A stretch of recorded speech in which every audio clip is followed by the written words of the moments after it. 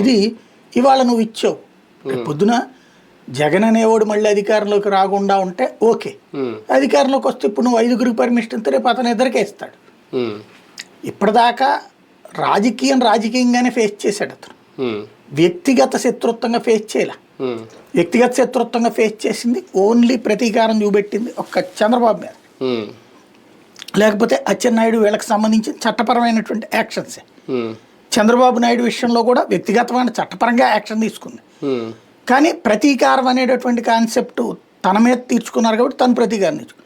ఇప్పుడు జగన్ మీద ప్రతీకారం తీర్చుకుంటే మళ్ళీ జగన్ ప్రతీకారమే తీర్చుకుంటాడు. అంటే ఒక రాజకీయానికి అంతమే. జగన్మోహన్ రెడ్డి గారు ఈ పర్యటనలో దాదాపుగా 2 పర్యటనలో, ఒకటి ఆ విండ్ షీల్డ్ దెబ్బతిండం కానీ హెలికాప్టర్ది, లేదంటే ఆ సింగమయ్య అనే వ్యక్తి మృతి చెందడం కానీ, ఈ నేపథ్యంలో శాంతి భద్రతల దృష్ట్యా ఎందుకు ఈ ఆంక్షలు పెడుతున్నారు అధికారులు?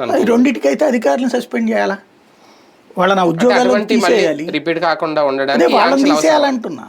ఎందుకంటే నువ్వు అసలు అక్కడికి వెళ్తుంటే నిద్రపోతున్నావా? మనం కొన్ని వందలు చూసుంటాం, వందలు వేలు చూసుంటాం నాయకులు రావటాలు, హెలికాప్టర్లు వచ్చినప్పుడు ఏముంటుంది, ఆ చుట్టూతా బ్యారికేడ్ ఉంటే దాని చుట్టూతా కనీసం 50-100 మంది పోలీసులు, సెక్యూరిటీ ఉండాలి. 50-100 మంది పోలీసులు ఉంటారు. మన వైజాగ్ 3 హెలికాప్టర్లు వెళ్ళారట.